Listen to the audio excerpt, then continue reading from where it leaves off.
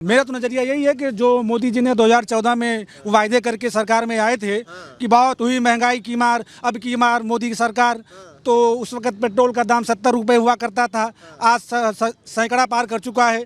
उस वक्त गैस का दाम 400 रुपये हुआ करता था, आज 1200 रुपये हो गया है। उस वक्त जो है हर वक्त साल जो है 2 करोड़ नौजवानों को रोज़गार देने की बात की थी।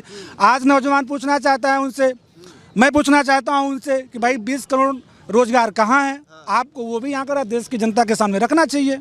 तो मेरा नज़रिया ये है कि मुद्दों पर चुनाव हम लोग करना चाहते हैं। अगर जो लोग राम राज की परिकल्पना करते हैं तो फिर मौजूदा जो सरकार है उसको अपने सामने आईना रखना चाहिए कि हकीकत में राम राज्य है क्या। राम राज्य में किसी के साथ भेदभाव नहीं होता था।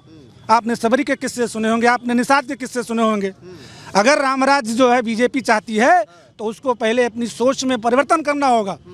जो नफरत की राजनीति, भेदभाव की राजनीति करना चाहती है, चाहे जाति आधारित हो चाहे धर्म आधारित हो, उनके जो नेता हैं बयान इस तरह से दिया करते हैं कि दो संप्रदाय आपस में लड़ जाएं, तो उनको पहले अपनी सोच में परिवर्तन करना होगा। राम के बारे में उनको अध्ययन करना होगा।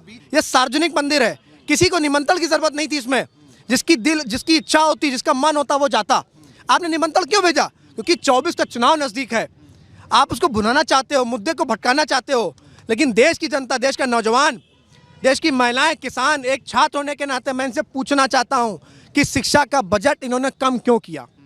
एक युवा होने के नाते इनसे पूछना चाहता हूं कि देश में बढ़ती बेरोजगारी पर मोदी जी चुप्पी क्यों साधे हैं।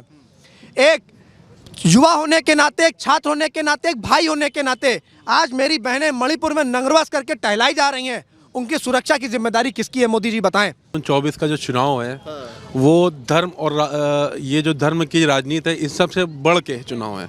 ये जो चुनाव है ये 2, 4, 5 किलो राशन के बेस पे चुनाव नहीं है। ये जो चुनाव चल रहा है ये बेरोजगारी, स्वास्थ्य सेवाएं, हमारी शिक्षा सेवाएं, उस बेस पे। अभी आप हाल ही में देखा होगा, आपने यूपी कांस्टेबल में भर्ती निकली होगी, 50 से 55 हज़ार भर्ती निकली है। आप इसमें आवेदन देखिए, करोड़ों के नाम आए, करोड़ों के। तो आप इस तरह से आइडिया लीजिए कि मतलब आज हमारे देश में क्या दर है बेरोजगारी की।